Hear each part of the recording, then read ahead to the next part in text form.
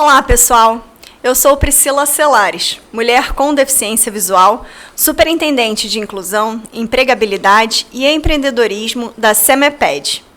Neste mês de março, mês das mulheres, estarei à frente do podcast Ouvir para Incluir, gerando inclusão pela informação. A gente vai bater um papo bastante interessante relacionado às diferentes violências vivenciadas pelas mulheres com deficiência no seu dia a dia. Infelizmente, vamos falar sobre violência pelo fato de que muitas mulheres com deficiência ainda não se percebem vivendo em situações de violência. Precisamos informar sobre esse assunto para que unidas possamos romper com esse triste ciclo de violência. Para bater esse papo com a gente e nos ajudar nesse sentido, temos uma convidada incrível, a mestre em educação, membro do Coletivo de Mulheres com Deficiência do Maranhão, Josiana Lemos. Josi, seja muito bem-vinda ao podcast Ouvir para Incluir. Olá, Priscila, muito obrigada pelo convite. Eu agradeço pela oportunidade de estar participando desse projeto da SEMEPED e eu entendo que a informação é uma metodologia potente, né, para ampliar a oportunidade de desmistificar, por exemplo, o capacitismo. Parabéns pelo projeto desenvolvido pela SEMEPED. Eu sou a Josiana Lemos, eu sou bibliotecária, sou mestre em educação, sou uma mulher com deficiência, eu tenho paralisia cerebral desde o meu nascimento e por conta da paralisia, da paralisia cerebral, eu tenho tremores involuntários e também um diferencial na minha fala, né? Sou aí uma mulher de 40 anos que estou na luta, né, desse capacitismo desde quando eu nasci. Bom, para falar sobre essa temática da mulher, e aí eu faço a pontuação do mês de março, né, que enfatiza a importância da garantia do direito das mulheres e para as mulheres com deficiência não é diferente. Mas o que é que a gente vê é que essas pautas elas não são tão intensificadas para nós mulheres com deficiência. Até mesmo nos movimentos feministas a gente percebe esse silenciamento, né, sobre nós mulheres com deficiência. E aqui eu trago o registro da Organização das Nações Unidas, que traz os dados que nós, mulheres com deficiência, sofremos essa violência 3 vezes mais do que as mulheres sem deficiência. Josi, interessante a gente destacar que são violências das mais variadas natureza, de ordem política, de ordem institucional, violência de gênero, doméstica, familiar. A gente, quando ouve a palavra violência, por vezes pensa logo na violência física, mas a gente sofre muito mais com a violência que decorre muitas vezes da própria atitude, né? Dentre todos esses tipos de violência que a gente encontra no nosso dia a dia, tem alguma que você já tenha vivenciado, que tenha te deixado marcas, que você gostaria de compartilhar, para que quem estiver ouvindo o nosso podcast possa perceber que está vivendo um tipo de violência e possa encontrar recursos para romper com esse ciclo? Perfeito, Priscila. Como você amplia esse conceito da violência, ela passa por vários segmentos. Educacional, mercado de trabalho, né, sistema de saúde e tem a questão psicológica, né, também que afeta diretamente a nós. E assim, eu trago um relato de vivência dentro do âmbito educacional.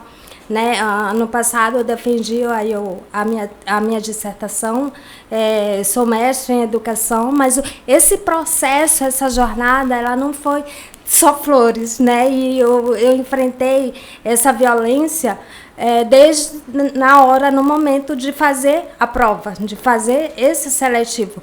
Porque quando eu cheguei, né, no dia do exame, no dia do seletivo, eu não me deparei com uma mesa acessível, que eu solicitei, não tinha uma mesa acessível, e daí ainda se presenciou, né, a questão da falta de atitude de alguns profissionais, duvidando da minha capacidade, porque interpretaram que por eu ter paralisia cerebral, eu não tinha capacidade cognitiva para estar naquele espaço, para estar naquele programa de pós-graduação.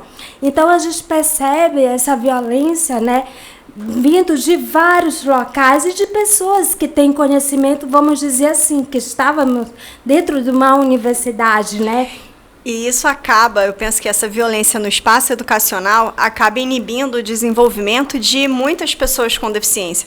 Porque se a gente chega num lugar onde a gente vai buscar um conhecimento, onde a gente está buscando se preparar para se inserir socialmente, e a gente se depara com pessoas que são formadores de opinião, que estão transmitindo conhecimento ali para a gente, com uma atitude tão capacitista, é algo extremamente desencorajador, né? E isso acredito que não se restringe ao ambiente educacional e a gente acabe encontrando isso também no mercado de trabalho, né? Com certeza, Priscila. A gente também vê os dados dentro, que aí é uma consequência. Se você não tem a educação, é mais difícil você entrar, ter esse acesso ao mercado de trabalho. E aí, mais uma vez, a gente busca esses dados, que menos de 1% das pessoas com deficiência tem essa oportunidade, por exemplo, no programa de pós-graduação, vamos dizer. E isso traz a consequência mesmo dentro do mercado de trabalho.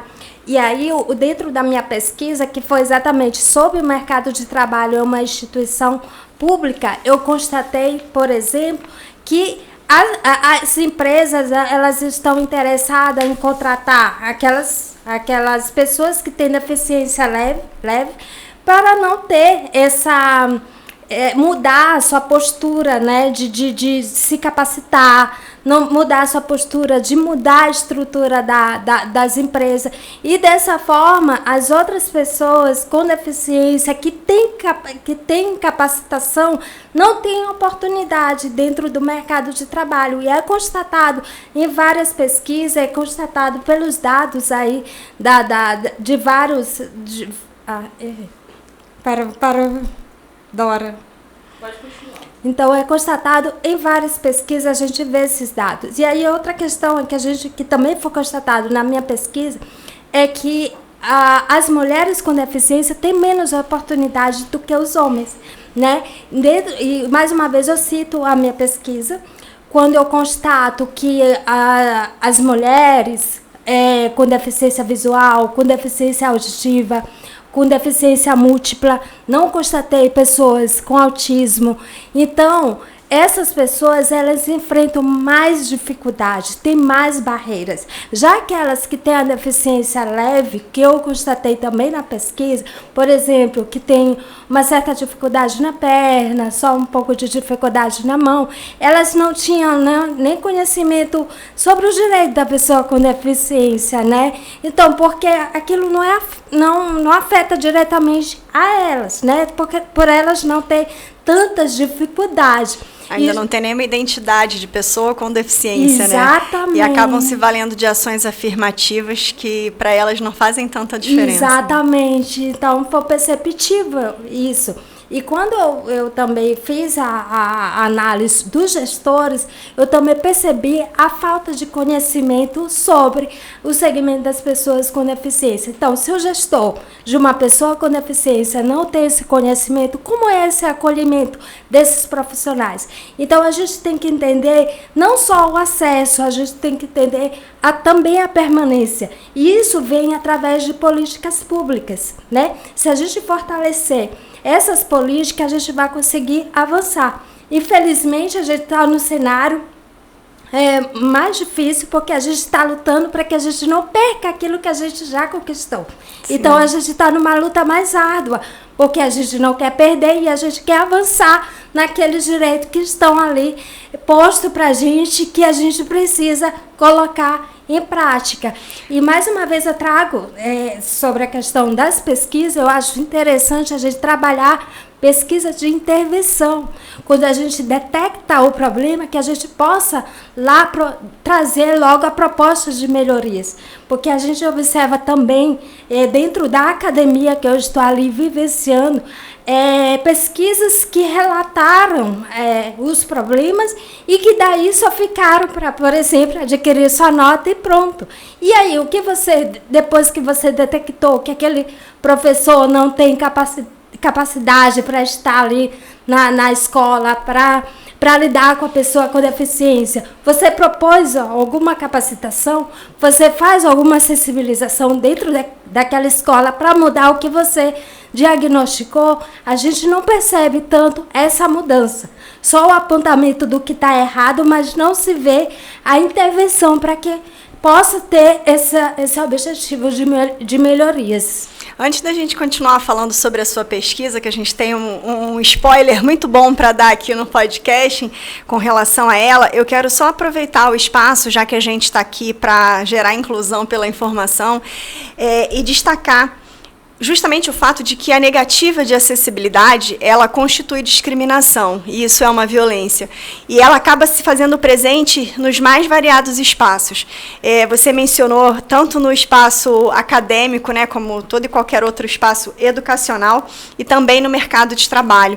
E aí a gente precisa alertar a população com deficiência da cidade de São Luís para que cada vez mais procurem conhecer sobre seus direitos e passem a exigir seus direitos. A gente tem o Estatuto da Pessoa com Deficiência, né, a nossa Lei Brasileira de Inclusão, trazendo a expressa vedação a qualquer prática de discriminação em razão da nossa condição de pessoa com deficiência. Então, a negativa de acessibilidade, a não disponibilização de tecnologias assistivas constitui um tipo de violência. Então, vamos ficar atentos com relação a isso. E, Josiana, voltando então a sua pesquisa de mestrado, queria que você compartilhasse conosco, então, o produto disso e que vem novidade por aí. Sim, sim.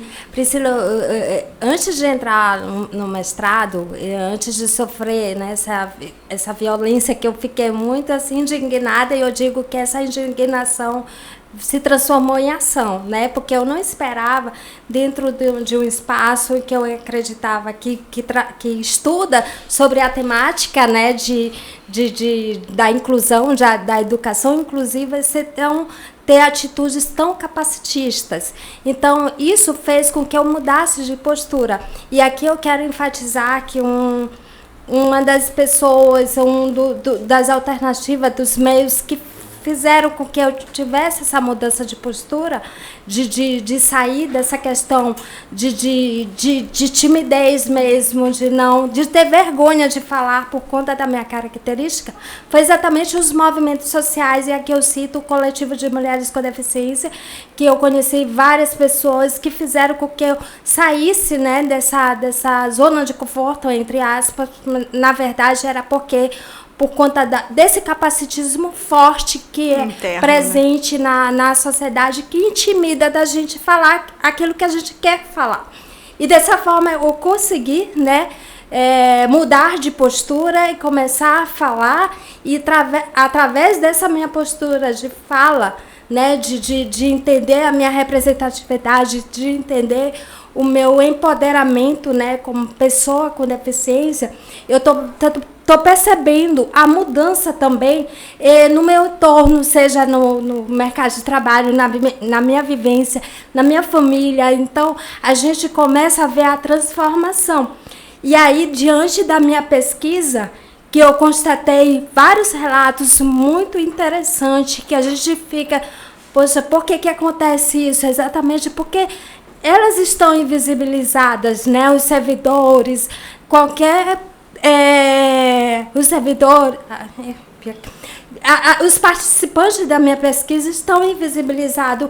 Por quê? Porque são minorias ali, porque não tem uma representatividade, porque também não tem um entendimento do seu direito. E quando a gente começa, nós mesmos, ter esse poder de fala, de representatividade, o outro vai também e se empodera, e tem essa coragem de falar. Foi o que já aconteceu em vários momentos, quando eu vou, por exemplo, divulgar minhas pesquisas, algum artigo, e que eu estou ali falando, e as pessoas, poxa, eu estava quase desistindo da graduação, mas eu estou vendo você falar, então eu entendo que eu também consigo terminar. É claro que as barreiras são existentes, mas se a gente desistir vai ser pior. Então, eu trago outro dado dentro do contexto da educação em que eu vivencio, é o quantitativo de pessoas, né, que estão em situação de cancelamento. O que a gente de matrículas canceladas? O que a gente percebe sobre isso? É que as pessoas tiveram acesso na universidade, mas por conta de N fatores, e aqui eu trago uma situação, uma hipótese, né, que é a falta de acessibilidade. Então, não concluíram aquilo que estão conquistado arduamente para entrar em uma universidade e não conseguiram concluir. Então, a gente precisa estar levantando essas pautas para que, de fato, tenha ações para que a gente possa estar sanando, né, essas barreiras ainda existentes na educação. E tratando sobre a minha pesquisa, aí eu trago, já estou na movimentação, através da sensibilização, até mesmo dentro do meu espaço de trabalho, que é a biblioteca. E eu, como profissional da informação, acredito que a informação é um meio muito potente para que a gente possa estar transformando esse cenário, né, capacitista. E estou observando já resultados impactantes dentro mesmo da minha vivência no mercado de trabalho. E a minha dissertação, ela vai virar um livro, né? Show. Finalzinho de junho para julho, aí estamos publicando essa obra, que traz relatos de várias pessoas com deficiência dentro de uma instituição pública, o seu cotidiano na questão do mercado de trabalho. Então, é muito interessante, porque tem relatos assim que você fica impactada, né? Porque você não esperava que acontecia isso, mas eu me senti muito, sabe, muito transformada mesmo no campo da pesquisa, porque cada relato me deixava reflexiva, sabe? Porque era um momento que tinha uma pessoa para escutar aquelas causas que elas são silenciadas, porque ninguém dá atenção, né? Sim. Quando eu, por exemplo, de uma participante, ela disse: eu tenho muita vontade de me capacitar dentro da empresa, mas só que os editais não são acessíveis. Quando eu chego na formação, não tem profissionais que saibam Libras. Então, são N barreiras, entendeu? E que as pessoas têm vontade, mas não têm a oportunidade. Então, as pessoas vão ficando atrás. Por quê? Porque não é oferecida acessibilidade, até mesmo impacta na formação, na capacitação desses profissionais. Maravilha, Josi. A gente já está aqui ansioso, então, para o lançamento desse livro, e tenha certeza que aqui na Semeped a gente vai querer te receber após o lançamento, para a gente fazer uma roda de conversa. E esse tema, né, do acesso ao mercado de trabalho pela pessoa com deficiência, ele nos é muito caro. E para as mulheres com deficiência, como você mesma trouxe, né, ainda mais. Nós temos as menores remunerações, nós estamos em menor número em relação aos próprios homens com deficiência, e para agravar isso, a gente ainda tem a questão da própria violência doméstica, que impede que muitas mulheres com deficiência busquem seu espaço no mercado de trabalho, porque as próprias famílias não as estimulam, né? Acabam gerando uma ideia de que a mulher com deficiência ela é para ficar em casa, cuidando da família, cuidando da casa. E, Josi, quero comentar com você um ponto muito interessante que você destacou na sua fala, que eu acho que vale a pena a gente falar um pouco mais, que foi a importância do coletivo de mulheres com deficiência na sua vida. Por que eu quero falar um pouco mais sobre isso? Porque, da mesma forma que você pontuou que foi para você, também foi para mim a questão de um divisor de águas a partir do momento que você constrói uma identidade enquanto uma mulher com deficiência. A gente precisa ter essa ideia muito clara, né, muito bem definida, justamente por conta das inúmeras barreiras que a gente enfrenta no nosso dia a dia. E quando a gente fala do coletivo de mulheres com deficiência, não é especificamente dessa organização, mas todo e qualquer espaço que privilegia a convivência entre pessoas que vivenciam experiências próximas, acabam gerando o nosso fortalecimento, né? Então, eu queria te ouvir mais sobre isso, eu acho que isso vai contribuir também para muitas mulheres com deficiência que estão nos ouvindo, para que elas busquem os seus espaços espaços. A gente tem o coletivo, assim como a gente também tem o Fórum Maranhense de Entidades de Pessoas com Deficiência e Patologia, temos inúmeras outras entidades.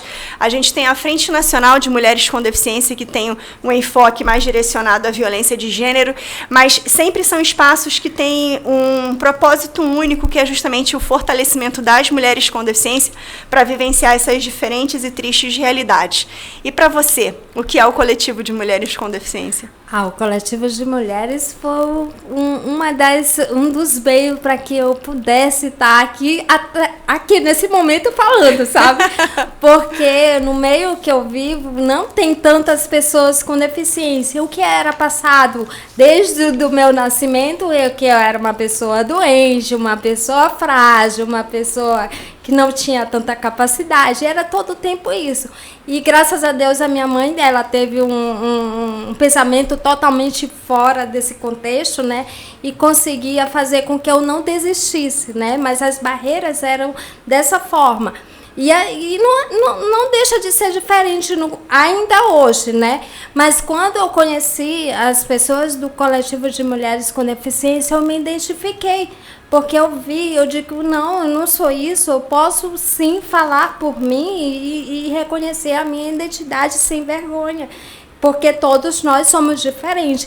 E foi dessa forma que eu fui me empoderando posso deixar de citar também a minha professora, que fez com que eu não desistisse do mestrado, porque foi uma pessoa que estava ali dizendo, olha, as pessoas vão mesmo fazer com que você desista, mas não pense dessa forma. E assim, junto, a gente conseguiu enfrentar essa violência, né, institucional, vamos dizer assim. Então, as pessoas do movimento do coletivo fizeram com que eu avançasse e tivesse mais coragem, e eu trago também as várias ações desenvolvidas pelo coletivo, que tem esse objetivo de disseminar informação, de empoderar mais pessoas que estão do jeito que eu estava, né? Isso é importante. E aí eu cito, por exemplo, uma das ações do coletivo, que vai ser estreado no dia 11 de março, que é o Clube de Leitura das Mulheres Diversas, né? Tem um objetivo de a gente estar trazendo a literatura, e através da literatura a gente contextualizar as nossas vivências, né? E nesse mês de março vamos iniciar com a literatura Eu Sou Malala, né? Daqui é uma menina que lutou e luta, né, pela questão da educação para as mulheres, e por conta dessa luta dela, ela foi atacada, né, e sofreu foi baleada, e devido a essa violência, ela teve que sair da sua terra. Olha só, ela teve que sair da sua terra natal e não desistiu de lutar, e está aí divulgando, fortalecendo a questão da educação, que é uma arma poderosa para que a gente possa estar se libertando dessas armadilhas impostas pela sociedade. E assim, eu estou no comecinho do livro, mas já me encantei, e tem uma citação que eu vou dizer aqui, que eu achei muito interessante, que casa exatamente nesse mês de março, que a gente está aí dando visibilidade, né, na questão das mulheres, do direito das mulheres. Diz o seguinte: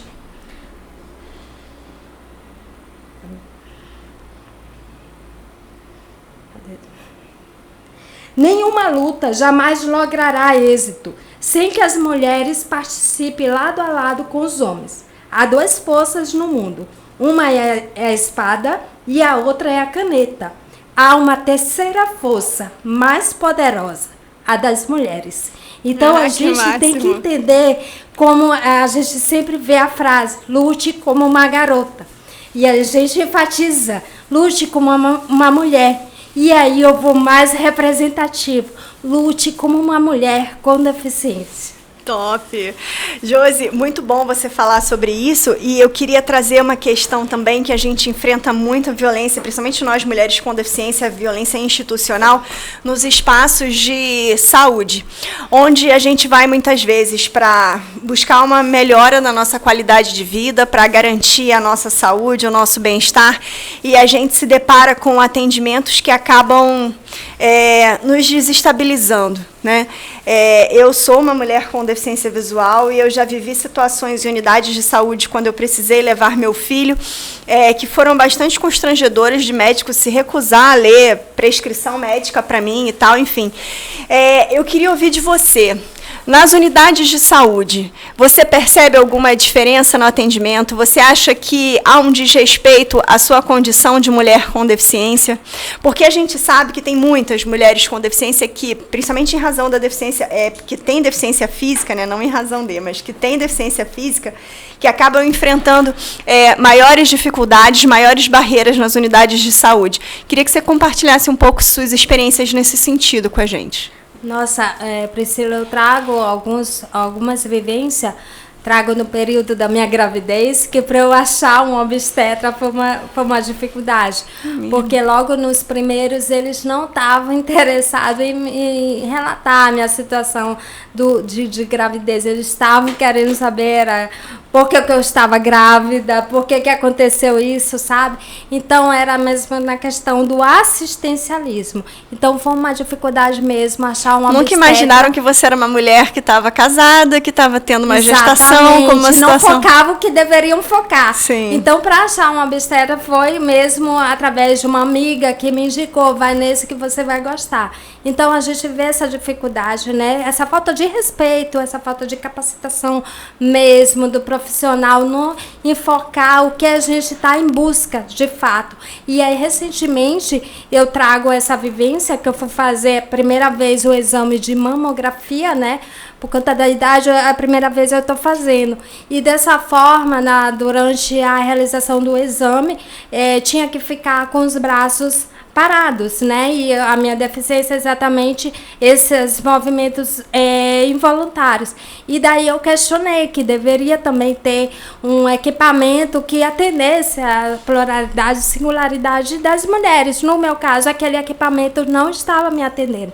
E a profissional foi muito rude de dizer, você tem que dar o seu jeito de fazer nesse equipamento. Ela não foi tão acessível de dizer qual tipo de equipamento você quer para a gente relatar isso para a clínica, uma clínica renomada, né, daqui do particular, ainda estava pagando, ainda fui tratada dessa forma. Então, observa a falta de empatia, a falta de sensibilidade do profissional de não estar nem interessado em buscar as melhorias. Então, a gente vivencia isso no cotidiano, não é só eu, como várias pessoas relatam situações absurdas provocadas mesmo pelos profissionais. E eu sempre enfatizo, Priscila, aqui, o Romeu Sasaki cita as 7 dimensões de acessibilidade, né?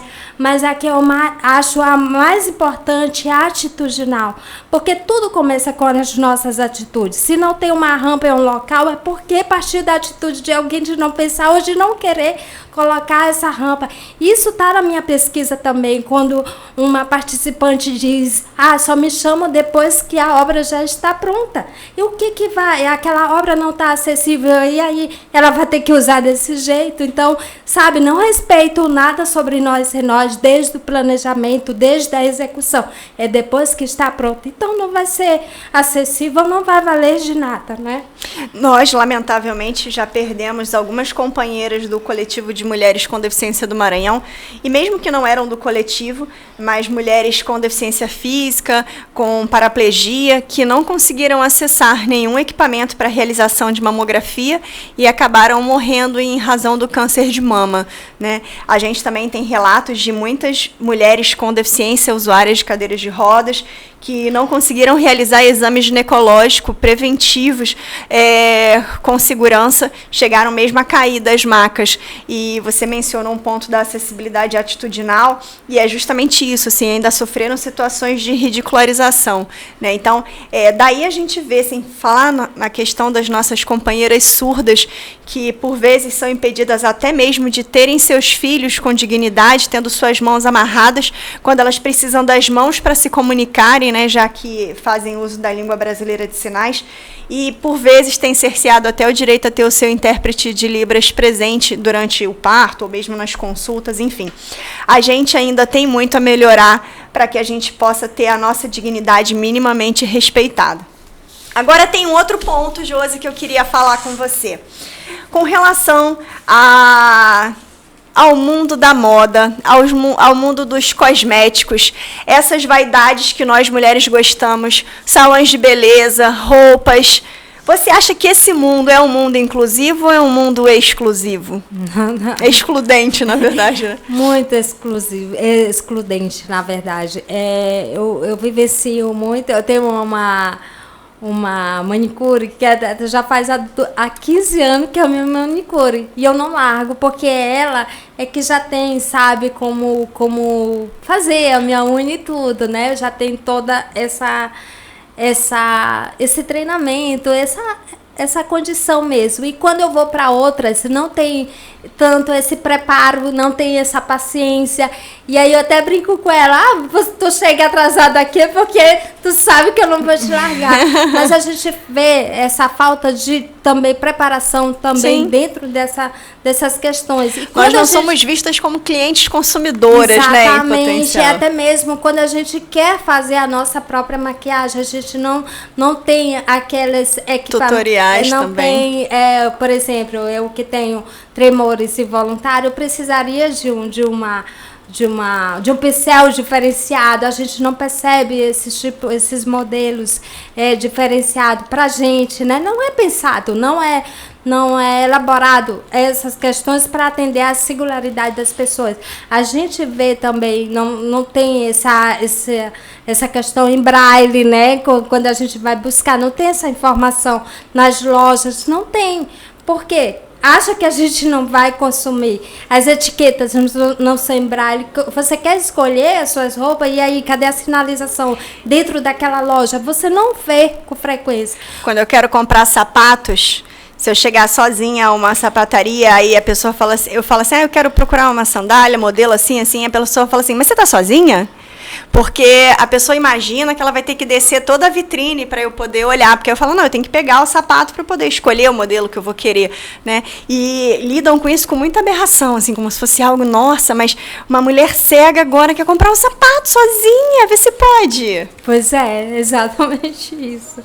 E a gente precisa avançar muito dentro de todos os contextos mesmo da sociedade. Precisa ter esse avanço, precisa ter esse... Né, de todas as pessoas, essa capacitação. E para entender, ora mais, Priscila, aqui no Brasil, nós somos 24% da população. Isso constatando em dados de 2010, por conta de um governo que não se preocupa, né, nessa nem questão social. A gente não tem dados atualizados, que eu acredito que esses dados já aumentaram, sim. Com certeza. Então, a gente não está lidando com 1%, 2%. Eu sempre digo que nós somos a maior minoria, né, da população brasileira. Sim. E a gente é silenciado em vários contextos, né? Sim. Então, a gente precisa muito falar, para que, de fato, a gente consiga avançar. E aí eu digo que desistir não é o caminho, a gente tem que resistir, né, pra gente... E com respeito ao nosso lugar de fala. Exato. Perfeito. Josi, a gente está chegando ao final do nosso podcast e eu quero abordar com você um último tema de violência. A gente teria outras coisas para falar sobre várias outras vertentes, mas tem um tema que tem sido muito caro para todas nós mulheres, e não é diferente para nós mulheres com deficiência, que é justamente a violência de gênero, a violência doméstica e a violência familiar. É importante primeiro a gente destacar que a violência de gênero é aquela violência que ela decorre justamente do fato de ser mulher, e que a violência é gerada pelo ódio que se tem em relação àquela mulher. A violência doméstica e familiar está muito mais relacionada a quem pratica a violência e onde ela é praticada. A gente tem uma disciplina legal específica para violência doméstica e familiar, que é justamente a Lei Maria da Penha, publicada em 2006 e que vem aí tendo cada vez mais destaque, de uma forma até lamentável, ou seja, em razão do aumento do número de casos de violência contra a mulher, mas que, ao mesmo tempo, também a gente procura divulgar mais, para que mais mulheres saibam, né, de que violência a gente está falando, como que ela pode ser evitada, quem que pode auxiliá-la enquanto instituição de proteção e defesa da mulher.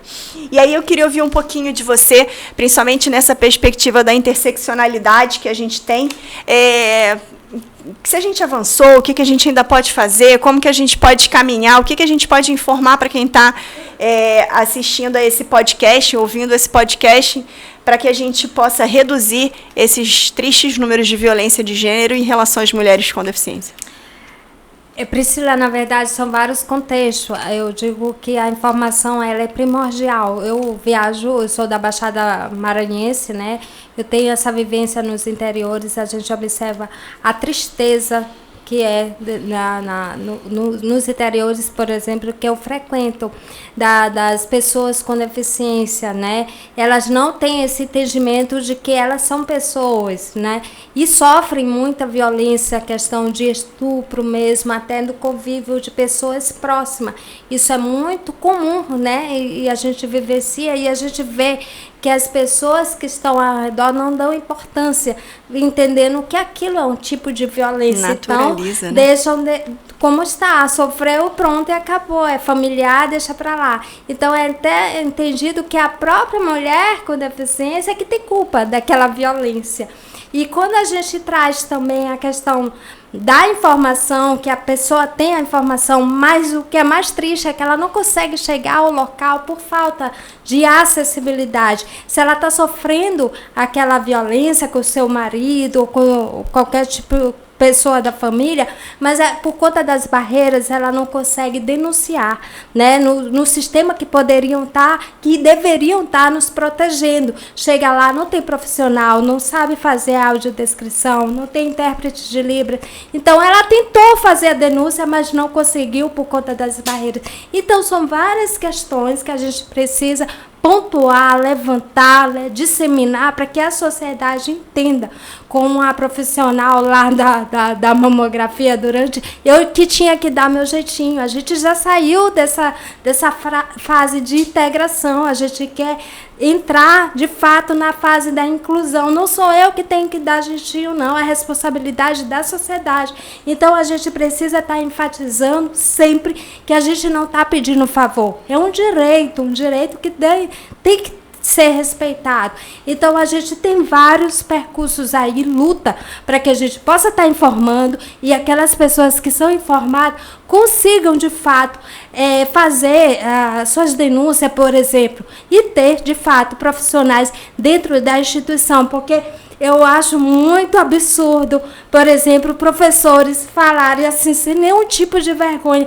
Eu não estou preparada para receber esse aluno com deficiência, sem nenhum tipo de pudor, sabe?